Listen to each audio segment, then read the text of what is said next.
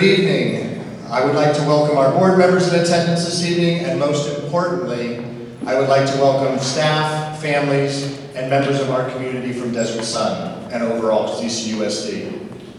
I want to begin tonight by acknowledging the weight of this evening.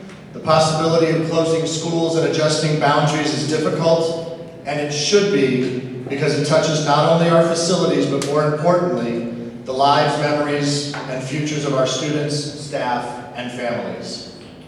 To me, schools are not just bricks and walls on a building, they are the people that bring them to life. The people in schools are the heart of our community and the foundation of lifelong learning. I understand this process brings a range of emotions, from anger to frustration to grief and concern. Tonight, as we listen to each other and move forward together in the process, I ask that we approach it both with sensitivity and unity. I believe we are unified in our common purpose: to provide the absolutely best opportunity for every child in our district. Yet we also know the realities that brought us to this place: financial constraints and budgetary concerns, changing enrollment patterns, a national and local declining birth rate, and the need to ensure that every student has equal access to high-quality learning experiences. These challenges require us to think critically and make decisions that, while painful, aim to serve our students' long-term interests. The strength of this district has always been its people, and we will need that strength now more than ever. Let us remember that even in disagreement, we are united by the care for our students and our shared commitment to their success. My hope is tonight we can listen to one another with open hearts and minds, weigh all perspectives, and continue to work together to make decisions that will help our district emerge stronger and more resilient. While we may not always agree on the outcome, we can choose to move forward in a way that reflects the values and dignity of this amazing community. I look forward to tonight's thoughtful comments and questions.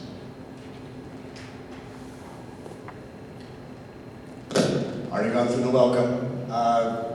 We're going to do a quick review. Please note that the full documentation of the decision and what went into that is on our website.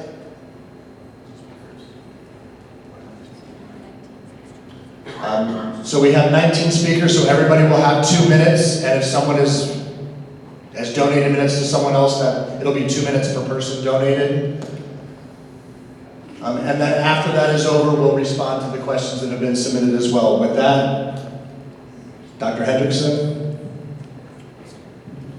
Good evening, my name is Frank Henderson. I am the Assistant Superintendent of Human Resources, and so I worked with Dr. Pletnick, our CFO, and we've been working for the last 8 months with a committee made up of individuals at all the elementary sites, including parents, teachers, administrators as well, to really begin the exploratory process of doing the research of is there a need for school closures? And if so, if there is a need, what schools would be closed and the rationale behind why we're choosing those schools. So as Mr. Dolezal had mentioned, if you go to our district website, there's an icon on the front page that says school closures. It'll take you to the full presentation that was presented on December 3rd. Lots of details, lots of information. There's a whole list of FAQ questions that came from, again, from community as things came up of what's going to happen to my child, what's it look like with transitions, things like that. If I move into a school that I'm not choosing to move to, how do I enroll at another school? So really tonight is all about listening to our parents, our teachers, our community members, and getting your input and your voice before an ultimate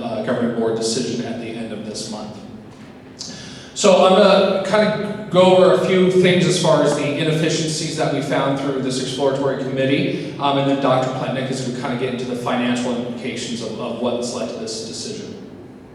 So as we looked at each one of the 5 elementary schools as this focus group came together, we try to look at it wholeheartedly as far as what are all factors that go into each school, what is it, how is it used, enrollment, what are the enrollment trends look like, what are the special programs, in order to kind of come up with a decision of what schools would ultimately be put forward for school closure. Every school in our district has something that brings great things to Cave Creek, brings great value to the students and great value to the teachers, and so it is a hard decision. And so with each school that you look at closing, there is a risk of, if you close this one, you might lose this, if you close this one, you might lose that. And so we know that there's a risk across the board, but we are putting forward the 2 sites that we feel, again, there's still a risk with losing enrollment, but we do feel confident in continuing to serve those students at another sites. So as you look at this spreadsheet here, we look at per pupil expenditure, and you see kind of what we ultimately spend per student at each site. Now, you see DSA is the highest of that. That's not the reason that DSA was put forward as that's a school to close. That is simply showing our inefficiencies. Those should be pretty equal across the board, but they're not. Every school has fixed costs. You have front office staff, you have cafeteria, you have custodial. Fixed cost at every school, and that's an indication of low enrollment still with fixed costs leading to that. The other thing we looked at is the capacity at each school. We did have a research group come in and do a capacity study to see how many seats, how many physical seats could we, and students could be housed at that school. And so there's the capacity of all of our schools. But then it brings you down to what is our actual usage right now? As you go across the table, we look at the usage there. Most of our sites are below 50% usage. So again, that's an inefficiency that we're seeing with DSA being at that 25%. Total combined, when we look at all of our K-6 enrollment, our capacity of all of our schools, as a district, we are only at 47%. Now, I didn't get into education for the business side of it, but when you look at it as a business model, you would never keep apartment complex, a hotel running at 47% capacity because you're simply losing money. And that's money that we are taking away from being able to provide students with the ultimate education that we want to. So then as we look at the recommendations here in a little bit, reconfigure into a K-5 that would put us at a 60% capacity average. And then we have a built-in loss. The reason that we have a built-in loss is that there is a risk when you do close a school that you would lose students that are choosing to, I don't want to go to this school, I'm going to leave the district. So we know that there's a risk in that. We have things built in, we have plans in place, how do we mitigate that and continue to capture those students. But it still puts us at that 52% capacity there. Other factors that we looked at, geography is a big piece of this, is where is the school located and what does that impact have on enrollment to that school. When we look at schools like Black Mountain and Horseshoe Trails on our north and south border, those schools have a high potential for bringing in students that are outside of our boundaries. They also have a high risk if you close that school, you may have a school that's actually closer in another school district than coming into our school district. So that's a major factor that we looked at. We looked at the specialty programs at each site. We looked at the ability to replicate those programs, if that's something that, if that school were to be closed, can we move them to somewhere else? We looked at the enrollment in that, and then we looked at how many kids are joining our district as a result of that. Non-resident open enrollment, you see it across the board. Those are students that do not live within Cave Creek, so these are additional dollars that we bring in to our district for students that choose to open enroll there. And so that was a factor. Are we bringing in lots of students? Is that school attracting students there? Current enrollment you have there, and then the cost covered by SFD. So SFD refers to the school's facilities division, and essentially any major elements of a school building, if things break, things need to be repaired, that's how much it is covered by the state. So across the board you see how much the AC units, the roof, carpets, things like that, how much that would be covered by the state. And those are the percentages down there. So again, that was a factor that was looked into it. That percentage is based off of how the school was built. So when you look at Desert Sun, for instance, it is covered 100%. This school building was built 100% by the state, and so then they help cover any of the costs. If you see our two schools that have a lower percentage, that refers to that the state only built or only paid for that percentage because at that time, based on our enrollment, they said that's all you need is a school that size. And if you build more than that, you have to cover everything after that. So again, that's another factor that we look at there.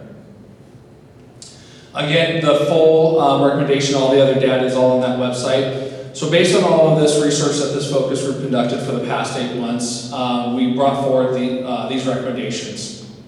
Number one, all of our elementary schools moved to a K-5 model. The committee was very overwhelmingly in favor of seeing that that's the best fit for our students in 6th grade, the best offerings.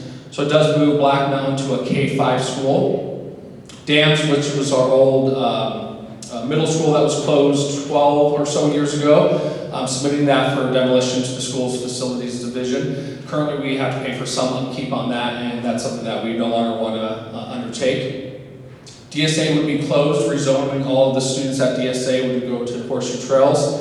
Desert Willow remains as a K-5. Lone Mountain is the other school that we are recommending for closure. That school, the boundaries will be split between Black Mountain and Desert Willow. And then Horseshoe Trails remains as a K-5 school, and then they will absorb the PALS, which is a self-contained special education program, currently housed over at Lone Mountain. When we look at our boundaries, what the proposed boundaries for Desert Sun is, so all of that Desert Sun and that Horseshoe Trails, all of those boundaries will now start to feed into Horseshoe Trails. And so the boundary map of if you were in this zone would be moved over to Horseshoe Trails. From here, I'm turn it over to Dr. Pletnick, who's going to talk about, again, part of the reason why the inefficiencies and the cost measures for this.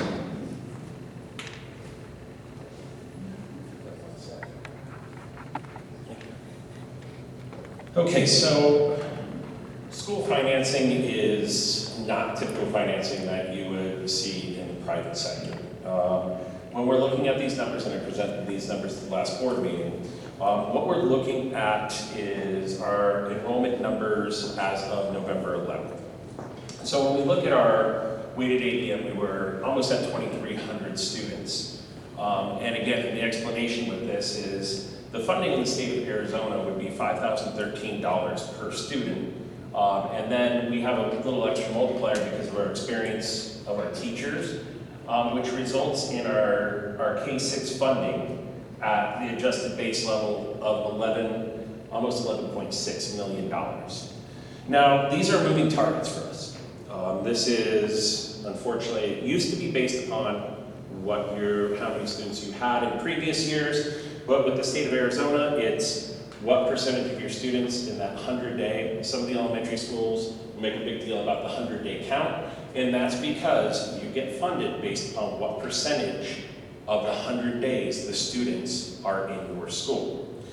And so when I presented this, we're presenting concrete numbers. So these are numbers that currently exist and expenditures that we experienced in last fiscal year, so last school year. Currently, we are budgeted for this year, but again, I wanted to use and I wanted to be conservative and use what our expenditures were and what they matched in the previous school year. So if we go back 5 school years, our M&O expenditures, how much we spent out of our maintenance and operation budget, stayed pretty consistent in about the $32 million range as a district. So our elementary numbers, as you can see, that $11.5 million, that would be consistent with the past school years. Now, when we looked at these numbers, we said if we close schools, and we based it upon how many students we currently have, knowing that we would lose approximately 12.5, or using the numbers 12.5, which other districts who have closed schools use 12.5% student loss. We see the effect it would have dropping us to under 2,200 students if we did realize that 12.5% loss. But then also what we have to look at, and when I presented this to the board, you would see in different categories of our spending, we save different amounts of money. So based upon how much money we would save in our various categories, we see we go from $70,000 up to almost $840,000 between how much we're bringing in for our students from the state and how much we're spending on our students from the state.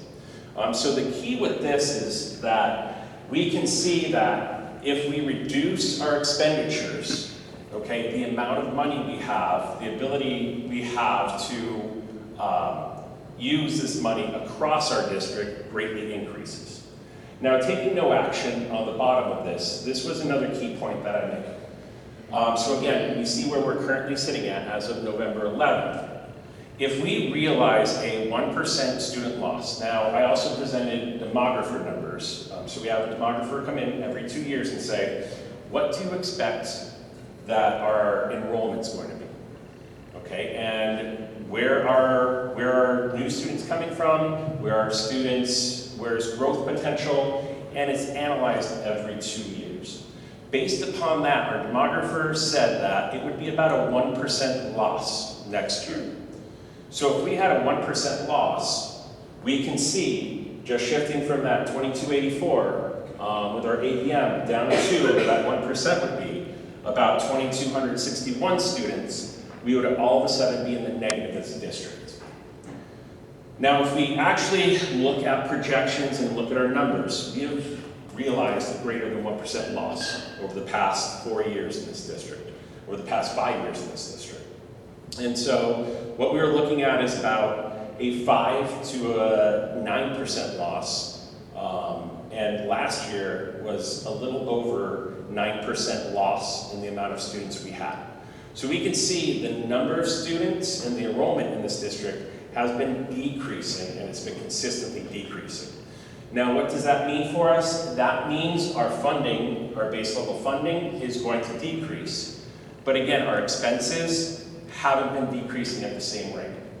And so if we look at this from the business perspective, that means what's going to happen is that gap is going to get greater and greater in the negative dollars in the upcoming years.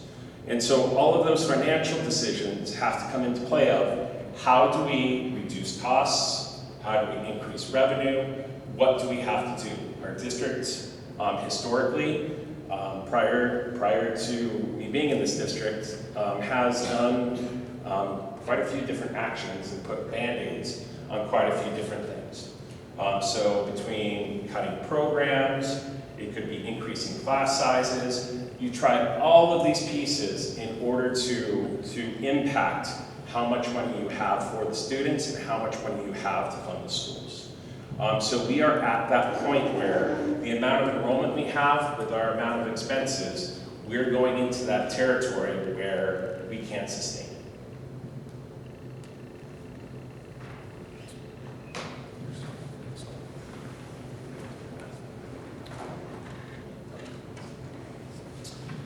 All right, so we are going to begin with public comments, and we have several individuals that will be coming up, some that have been given additional time. And after we go through the public comments, we will go ahead and go through the questions, and the four of us will answer the questions to the best of our ability. If we're not able to answer them tonight, we will make sure that we get that information out to you. So our first speaker tonight is going to be Tanya Novella. She will have 6 minutes, and the microphone will be right up here.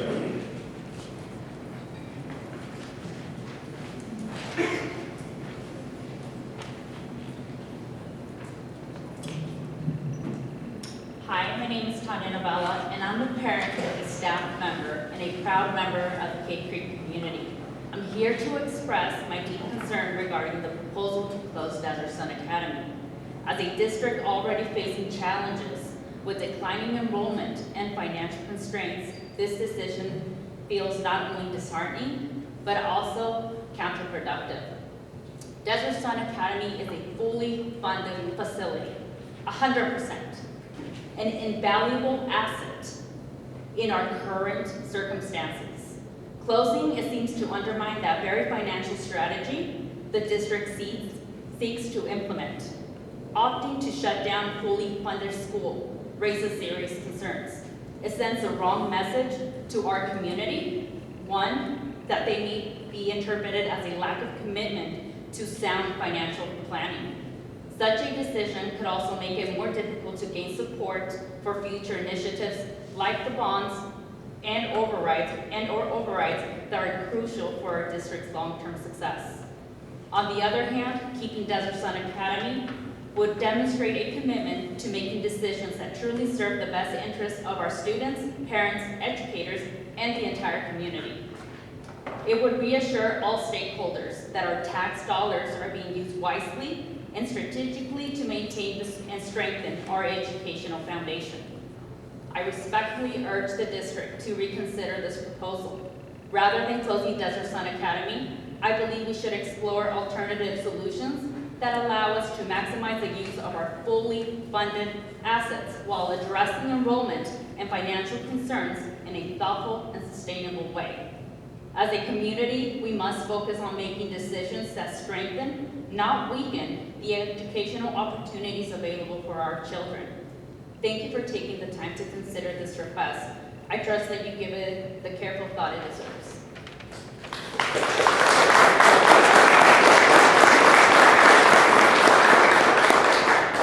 Our next speaker is Laura Bowles, and she will have 6 minutes.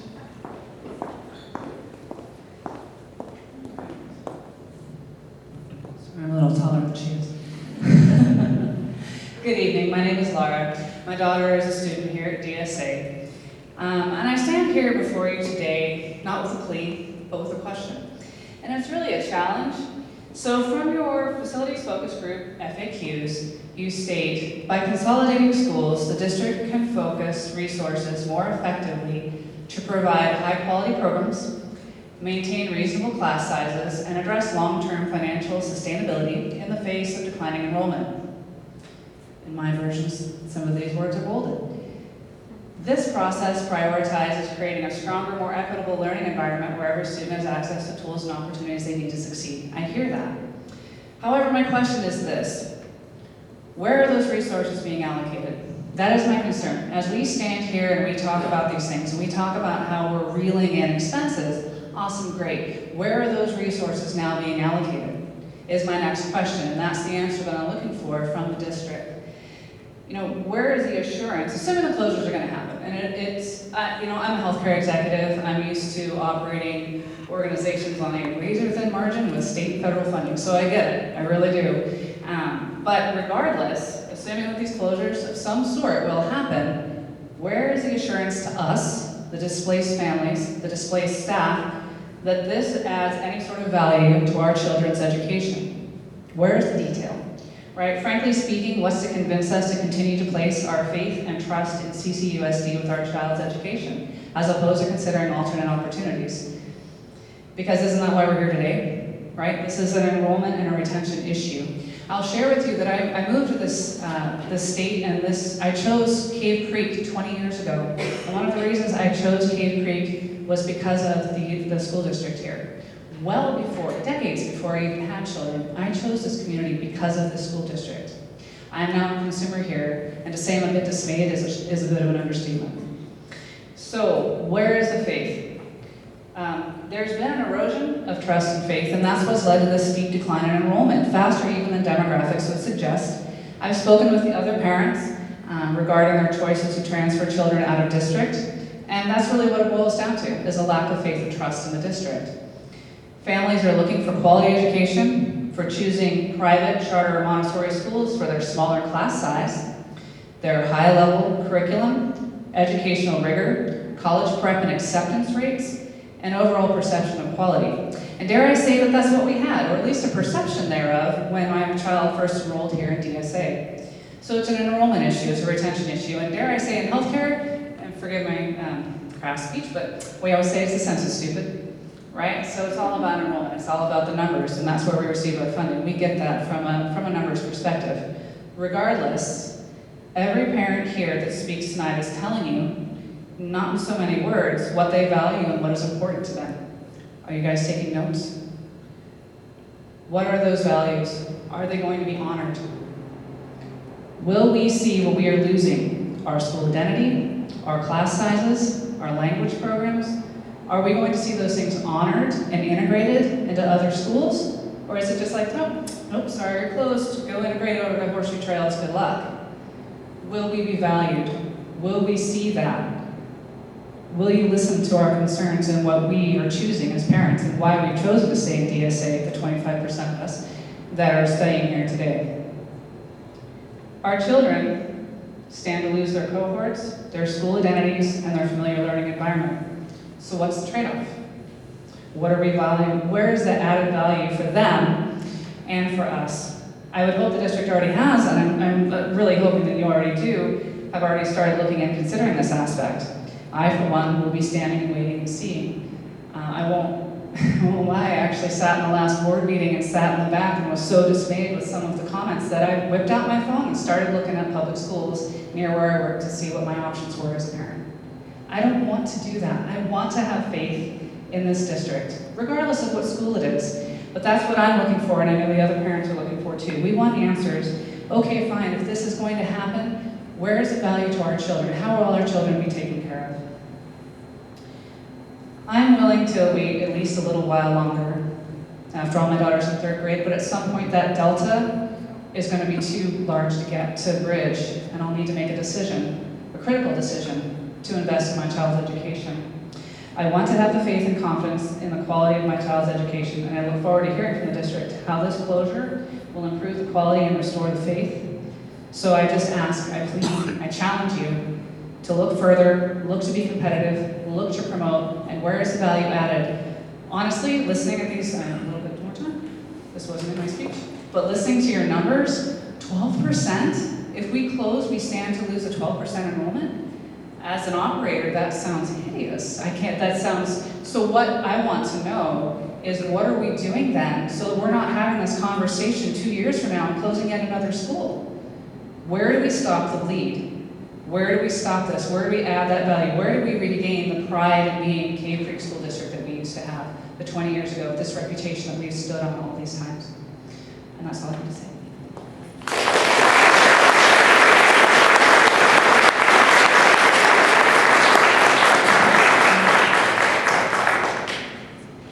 Our next speaker will be Amy Cooper.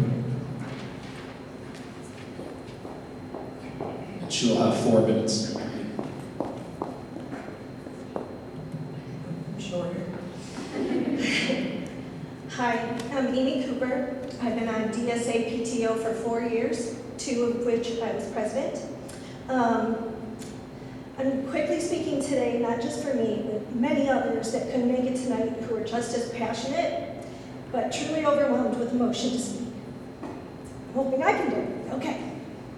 CCUSD, while a great district, is lacking creativity and marketing solutions. While budgetary cuts and funding are certainly major points in the long run, severe and drastic acts of closures and failures sends the reinforcing message that things on the whole are being mismanaged, especially to new and existing residents, voters, and sadly, the influential private interest groups that affect our overrides and bond elections. Creative time is now. From a marketing point of view, for longevity, another idea that was brought to the board was retaining the original school of Cave Creek, Desert Sun Academy, the original school. Maybe folding or absorbing much or all of Lone Mountain, sadly, into our fold shows the community at large that we are strong, innovative, and adaptable. In a town where tradition and community is everything, the very first school should be preserved. It also sends the message that we still care about manageable class sizes, where all children thrive, as well as setting teachers up for success. All of our children still maintain that neighborhood one-on-one stable experience they deserve. On a personal note, when, inevitably, the rumors were swirling again, sharks were in the water for DSA again, Kelly and our staff never wavered. Our amazing principal and staff, and even speaking for our PTO, is here, and we will be here, and hope to God not till the bitter end. As broken-hearted as all of this has been for them, no one left, no one ran.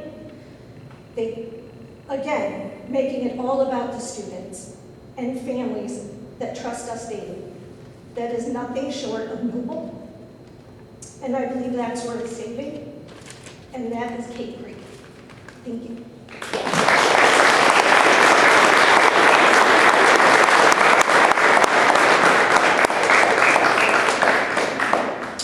Our next speaker will be Kyle Waite, and he will have 2 minutes.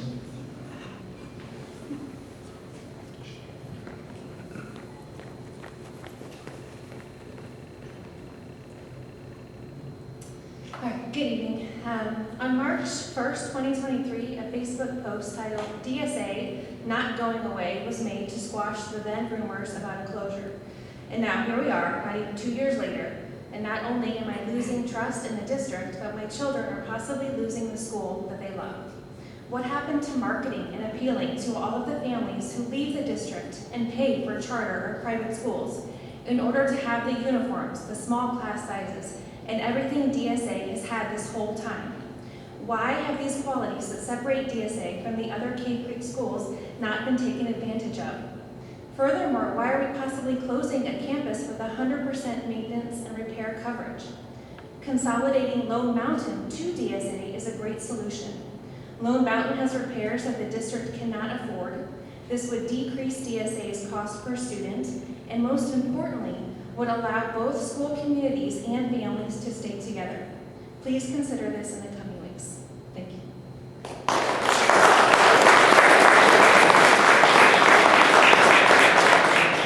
Our next speaker will be Marla Rainey. She will have 4 minutes.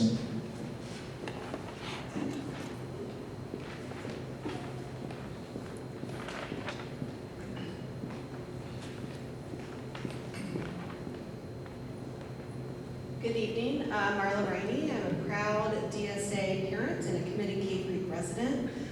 I'm here tonight to discuss the importance of safeguarding CCUSD's future. I love DSA and our community, but I'm also a realist who's been actively involved in the district's most recent unsuccessful attempts to pass bonds and overrides. I understand the need for tough decisions, but I urge us to prioritize solutions that strengthen our district's enrollment, identity, and long-term success. CCUSD's greatest strength is our close-knit, student-centered community. Here, every student is known by name, valued as an individual, and supported throughout their entire educational journey. Competing directly with the larger surrounding districts or ESAs is not the answer. Instead, we must leverage what sets us apart to attract families back to our schools. We need long-term strategies that prioritize enrollment, as well as responsible stewardship of resources to ensure sustainability. Future-focused, solution-oriented conversations do not seem to have been a part of this decision-making process, and closing schools without those types of those types of conversations is a mistake. There are potential solutions that could and should be discussed, and I'm going to share one this evening. One is grade banded schools. This promising model isn't about closing schools, it's about reimagining how CCUSD educates our students and focuses on our strengths. The benefits would include age-specific campuses, a pre-K through 2nd grade, a 3rd through 5th, 6th through 8th, and a 9th through 12th, that tailor to our students' developmental needs and offer consistent instruction across all grade levels. Yes, this model only needs 4 campuses, sorry folks, but it does align with what CCUSD expects regarding enrollment. It would also be a benefit of operational efficiency by consolidating underutilized campuses and aligning districts' resources, such as specialized program offerings for all in that age group.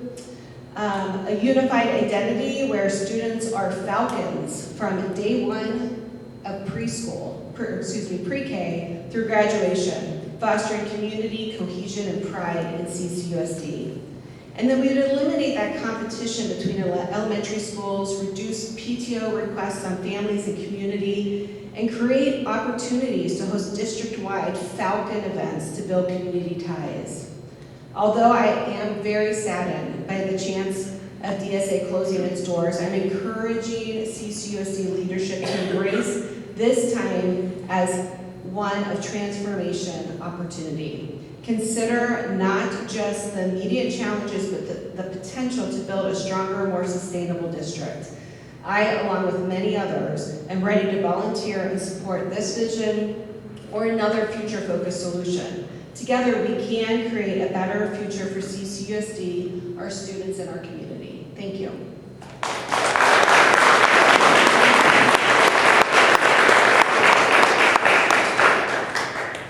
Our next speaker will be Lisa Fisdo, and she will have 12 minutes.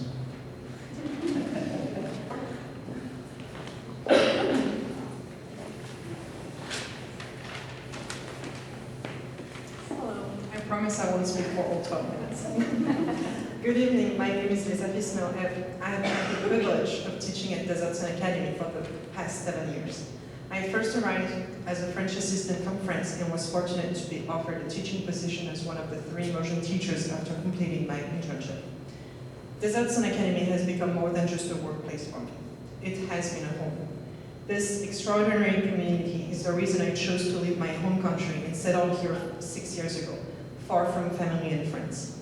Tonight, I cannot help but feel it is a profoundly unfair decision to close our school, especially when we have received so little support from the district over the years. Since my arrival, there have been constant rumors that DSA would eventually close. Year after year, staff requested the district to publicly dismiss these rumors and reassure the community. While we were privately comforted as a staff, the silence towards the community only fueled uncertainty. Understandably, potential new families hesitated to join us when all they heard was speculation about closure. Even during PLC meetings with other schools, the question was often asked, so when is Desertson closing? It is incredibly difficult to grow enrollment in such an atmosphere. Our immersion program, which could have thrived with better collaboration and support, also suffered from this lack of district commitment. On a personal note, after 6 years of dedication, I have made the difficult decision to return home because I simply cannot afford to continue teaching here, despite my deep love for this school. Desertson has profoundly shaped me, first as a person and then as an educator. Thanks to the inspiring colleagues I have worked alongside, the outstanding leadership of Khaleesi, and most importantly, the incredible students who have taught me so much over the years.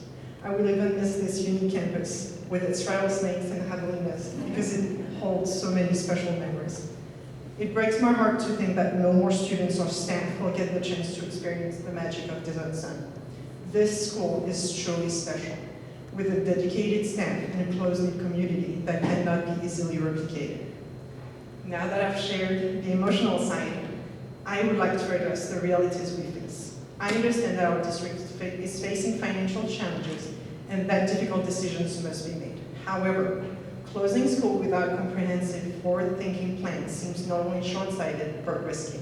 Closing 2 schools, and then what? How do we plan to grow enrollment? How do we attract families to our district? When neighboring communities hear of closures, natural questions will be, how long until they close another school? Have alternative strategies been explored? If we must make significant changes, could we also take bold steps to improve our district's appeal? For example, implemented a grade banded campuses, just like Marla already explained, a pre-K to 2nd grade campus, a 3rd through 5th grade campus, the middle school and then the high school. This model could distinguish us from neighboring districts and create unique marketing opportunities. Falcons from day one. And what about expanding STEAM education across all campuses to align with growing career fields and better prepare our students for the future? And next, what about teacher retention? Closing schools alone won't address this issue. Classroom with long-term substitutes will not satisfy families. And as I mentioned earlier, surviving, not even living, on a single teacher's salary in this area is extremely difficult. I personally drive 35 to 40 minutes each way to get to school, which adds strain to an already demanding profession. I also understand the challenges behind implementing a 4-day school week, but shifting PLC times to Fridays will not help with teacher morale. By the end of a 5-day teaching week, we are mentally and physically drained. However, the concept of grade-banded campuses mentioned previously could foster stronger collaboration among teachers, reduce individual workload, and make our district more appealing to educators seeking supportive environments. I'm not claiming to have all the answers. My goal is to emphasize the need for a strategic, long-term plan that not only addresses financial concerns, but also prioritizes growth and retention of both students and educators. Closing a school on its own does neither of those things. Though I am living, I genuinely want this district to thrive. Desertson has given me some of my most cherished memories, and I hope that others in this community will have the opportunity to experience the same sense of fulfillment and belonging that I had. Thank you.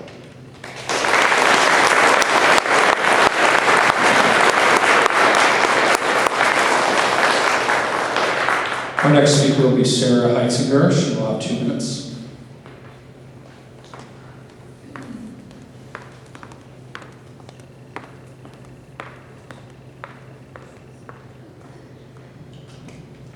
Good evening. My name is Sarah, and I have 3 kids at DSA, and one on the way. I hope to sing here.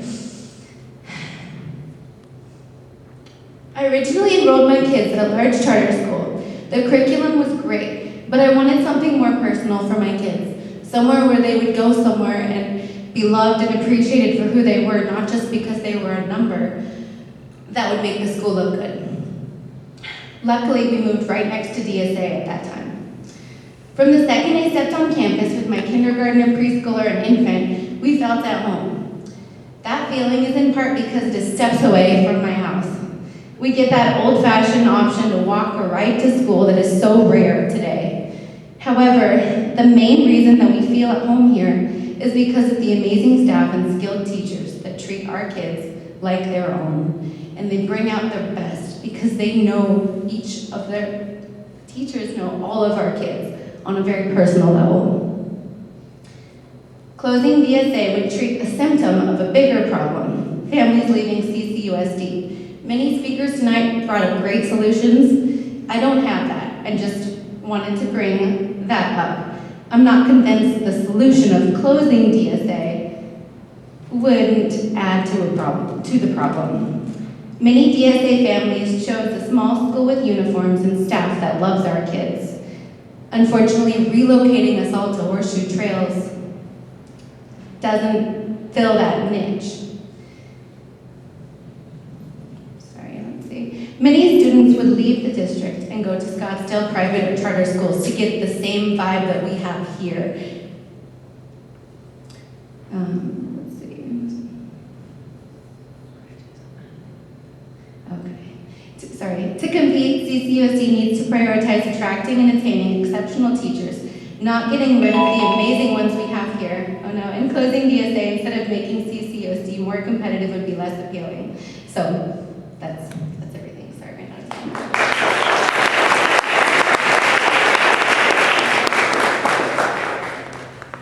And our last speaker will be Caroline Goddard. She will have 2 minutes.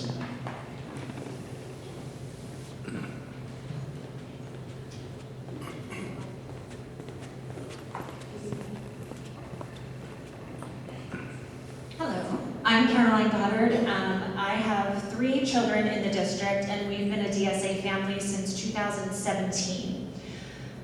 We are zoned for Lone Mountain, and the reason we chose DSA are the very missed opportunities that the district has neglected to utilize to attract and retain students to our campus. DSA has lost 87 students in the last 2 years alone, and in the conversations I've had with many of those families, they've left for charter schools or due to the lack of support for the French program. DSA was founded as a charter, and we still have many of the qualities of charters, like our small class sizes, even at full capacity, and our uniforms, and we have the ability to include more. Not using that as a means to attract students is a huge missed opportunity. DSA could be the jewel of the district.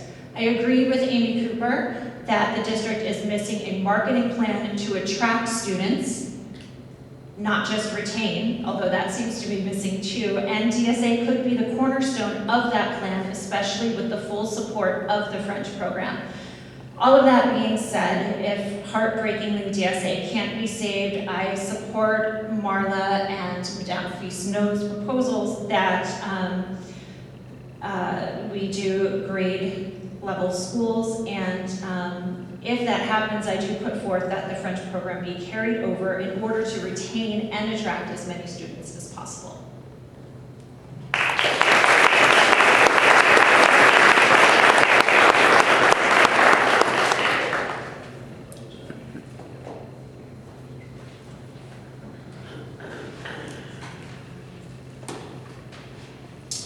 So we're going to go through several questions now that were presented.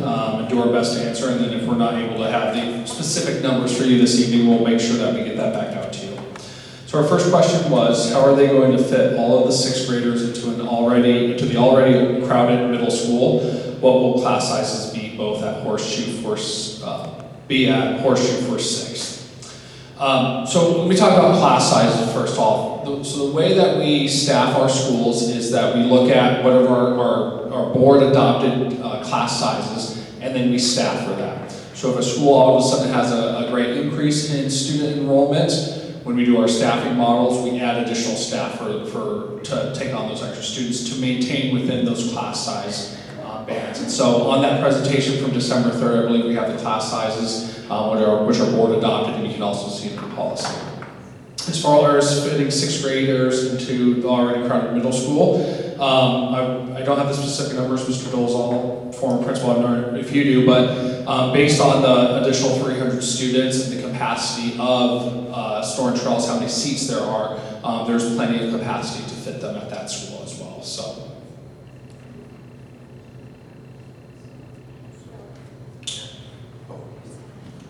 Total would look at 889 as we do that math.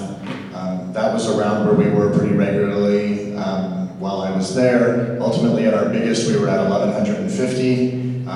That was pretty tight, but again, in terms of the class space in the classroom at Storen Trails, 900 would fit quite comfortably.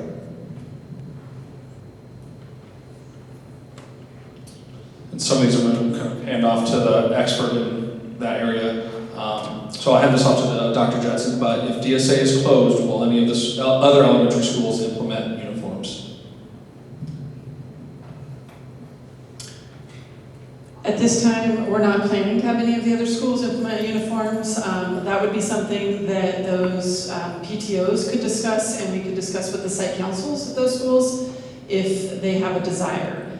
However, I think in combining schools, there will be some of the culture that's already there. We'll be adding some of the new culture of the school that's combining with them, which will develop a full new culture between the two that both groups will adjust.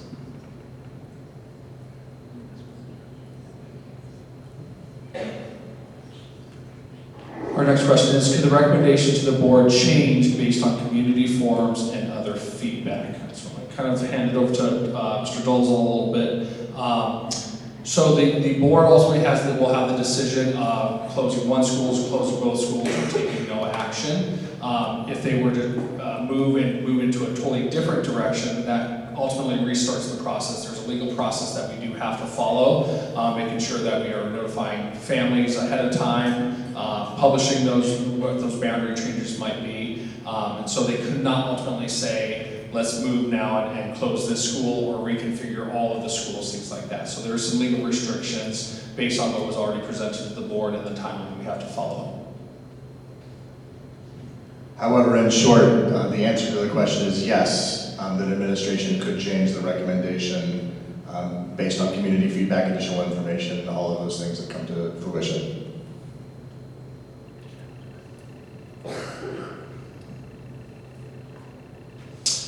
This question says, please tell us what is going to happen to non-certified teachers who are currently in certified positions. Clarify, will this affect all three schools if two are closed? So, non-certified. And so when it comes to reduction in staff, currently when I look at our staffing models and what we would need for staffing and our natural attrition rate, I do not predict that we will have a reduction in force, meaning that we would have to cut teachers. If we were to have to cut teachers, there's a legal process for that, and that would affect all teachers, K-6 in the elementary level. However, if we have to, as we look at reducing positions, if there's a non-certified person in a position, either that be an emergency certified or a long-term sub-certified position, that person does not have seniority, if you will, over a certified person. And so the certified teacher would get first priority. Next question is, Horseshoe Trails Elementary buses picking up in Rio Verde, question mark. What's this going to do about property value, teacher-student ratio?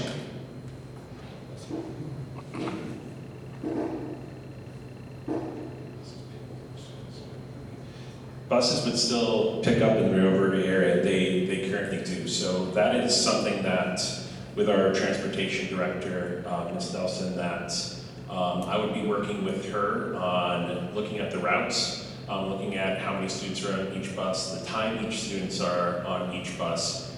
So transportation certainly would still be provided for those students. To their home school, yes.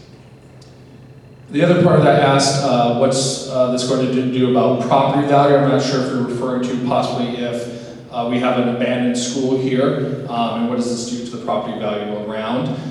That's one of the things that we are very conscious of. And so, number one, the next phase of this process is going to be another committee that's coming together that will actually look at what is the repurposing between when a site is repurposed and when it's closed. We will continue to maintain services at those sites, making sure that we don't necessarily have grass, but the bushes are cut, lights remain on, that we have our maintenance crews coming out on a regular basis, not as regular as they normally do, because we certainly do not want eyesores, certainly we do not want our properties to be diminished. That's what took place with Dan's when they closed. They locked the doors, walked away, shut everything off. We would make sure that we maintain it to where this is essentially a turnkey building. And that goes along with, too, why there's not a 100% cost savings when you close a school. When you do close a school, and I explained this during the last board meeting, but what we're looking at is you're still moving students to other schools, so we still have to staff other schools. We still have to provide curriculum resources to those students, but also we have to keep and maintain the property. So whatever is chosen during the repurposing, what we want to do is ensure we maintain. So part of the calculation, just like I said, the estimation or the number we use, the very, very conservative number of 12.5% student loss that we used a 70% savings on maintenance and operations for each one of the campuses that we would close. So there is still a cost involved. There is still part of our maintenance team that we have to schedule to regularly come to this campus to make sure it's in proper conditioning and working order. Again, I think the district learned quite a few years ago with Desert Arroyo what not to do in when we do close down a building, and we want to ensure that does not happen again.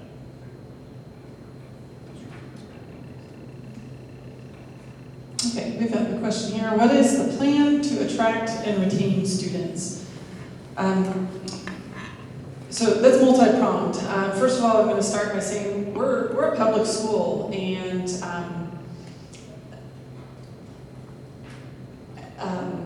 a long time ago, somebody once told me, if you have to go to a dentist who is advertising, like, you should not choose that dentist. You should choose someone based off of word of mouth. Some of those types of things, many years ago, it was thought that that's you go to a dentist because you get high quality dental care. You go to a doctor because you get high quality medical care. You go to a school because you get the best education possible. That's what we offer in Cave Creek Unified School District. We can put a lot of special things on it, and we have tried over the years to put many different spins. Ultimately, we have the best scores in Maricopa County for public schools, or for any schools, but for public schools, definitely. Those are some of the ways that we want to attract and retain students, and through word of mouth. It is difficult right now because of the competition from privates, from charters, from our neighboring public schools. It is difficult, but in order to attract and retain students, we want to be really good at what we're good at, which is teaching and learning and making sure that we build a community. A lot of the things I've already heard here. Our teachers know our students individually. People who go to some of the other places will see that that is not the case, because students are a product or a number that does just rotate through. So ultimately, we want to keep that community feel. And unfortunately, we are in a situation where we're needing to reduce the number of buildings. That doesn't mean that we're reducing our community. We want to keep the same community feel at all of our schools. Other than that, attracting and retaining students, like I said, the highest test scores. We still have Spanish immersion at Desert Willow that does attract and retain a lot of students. We are planning to look at integrating STEAM across more of our schools so that it's already kind of sprinkled in, but that's something that we want to make sure is at all of our schools. At Horseshoe Trails, we do have the horsemanship program as well. And then ultimately, many of you said it, the high quality teachers. Another one of the harsh realities that Dr. Pletnick showed with the budget is if we don't close 2 schools, we can continue to not give our teachers raises for many years on end. If we want to be able to give our teachers raises and attract and retain the highest quality teachers, we need to give them a wage where they can afford to live less than 40 minutes away from Cave Creek Unified School District. Another question is, what is the financial breakdown for doing nothing versus closing only Lone Mountain and keeping Desert Sun open? Why is there a need to close 2 schools so quickly? It wasn't in this presentation, but in the board presentation, and I have the numbers up in front of me. We broke down what the approximate savings would be, as well as what the amount of the student loss would be at each school. Again, using that estimated value. And if we look at the cost savings of closing Lone Mountain, because that was specific to that question, would be about $650,000, just over $650,000 for closing 1 school.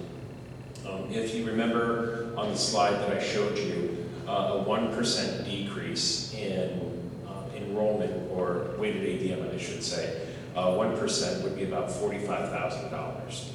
So if we even average what we have over the past 5 or 6 years at the 6%, and you multiply that, our cost savings would be very, very, very minimal.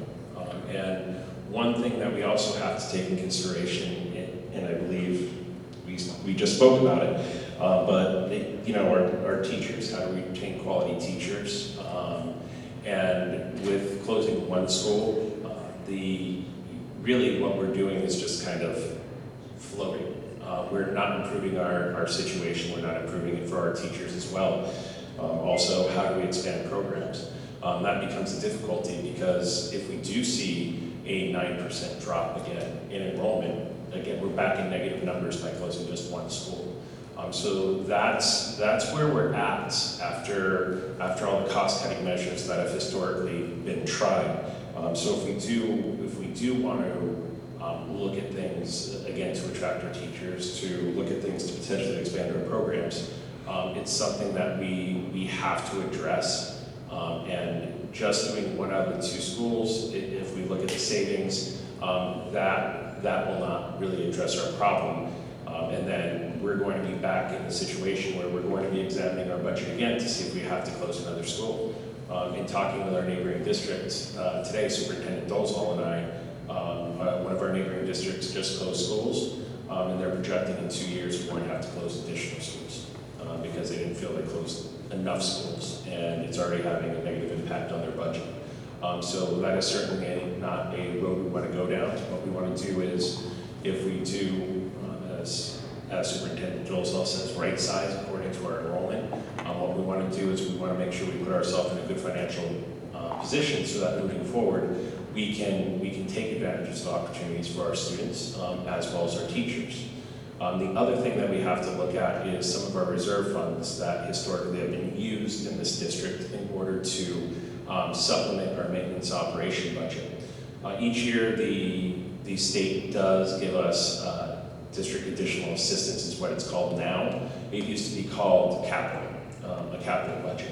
What our district has done for many years is move that district additional assistance or capital over to M&O, or maintenance operations, to cover our costs. What that's resulted in is not having capital monies to do improvement activities, not having capital monies to improve some of our infrastructure for our students, such as technology.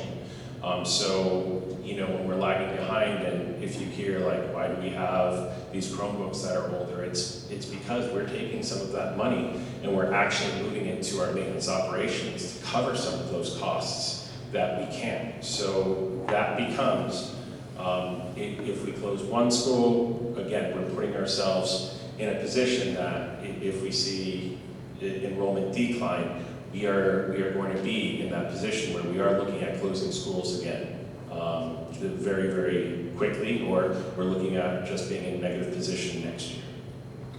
A couple of things just to add that from an emotional standpoint, talking with superintendents who close schools anywhere from Alaska to Washington and in other states. In similar scenarios, when they went too small and a year or two later they're right back in the same predicament, putting this community that I care about and love about and through this emotional turmoil every couple of years is not something I want to do. I want to, if we're going to do it, then I want to do it right. I want to do it to where it puts us moving forward, to where we're not sitting here again in 2 years going, yeah, we're only at 47% of total occupancy. Closing 2 schools in terms of right sizing us makes sense, but yeah, let's hold on. Been in Cave Creek for 25 years. I think we've been holding on for 25 years and done it a lot of different ways, a lot of great ways, a lot of great ideas, but not under the circumstances that we are in now. In terms of, again, if you're looking at our budget that's based on students, every year for the foreseeable future, we've got 400 students graduating as seniors this year. We're going to bring in, for the last 2 years, we've been at 200, 214. We're going down 200 students every year by the mere fact we've got a larger group of seniors than we do. I think people know young families with kindergartners, many of them cannot afford the $1.4 million average price home in our district. Let's take out Desert Mountain and some of that area and just focus on where most of our families live. It's an $800,000+ average home. So we're not getting the replacements of our seniors. And again, if you use just the $5,013, that's the base level funding, do the math, 200 times 5,000, that's what our budget's going down. Not because we're bad, not because we haven't attracted, not because our scores and we're not doing all of that. It's simply the demographics that we're living in. And we are not the only school district facing it. That is why neighboring schools have closed schools. That's why other districts are talking about it. That's why Roosevelt just closed 5 in December. So again, more information than perhaps that question asked, but it is that emotional turmoil. This is nothing that anybody ever wants to do. We would love to be able to keep all of our schools, but from a financial standpoint and from doing ultimately what's best to set the district up for long-term success, that's where the focus group came up with their recommendation. There was one more question referring to the value proposition of school uniforms. I think Dr. Judson addressed that. So those are the end of our questions that we received. Mr. Dolezal has a few more things to cover. Thank you, Dr. Hendrickson. I'd like to remind everyone that there is another forum tomorrow night at Lone Mountain Elementary that will follow a similar format as tonight. On Monday, January 13th, there will be a public meeting at the Fine Arts Center. Doors will open at 5:30 and requests to speak must be turned in prior to the 6 o'clock start time. This public meeting is where the board will actually facilitate, and they will be listening to public comments on potential closures and boundary changes. And then on January 28th at the governing board business meeting, the board and we will again hear public comments, and then administration will bring a final recommendation asking the board to take action regarding school closures and boundary adjustments for the 25-26 school year. And finally, I will speak for all of us. We would like to sincerely thank everyone who came tonight and allowed us to answer questions and listen to your comments. It is very much appreciated. Thank you all.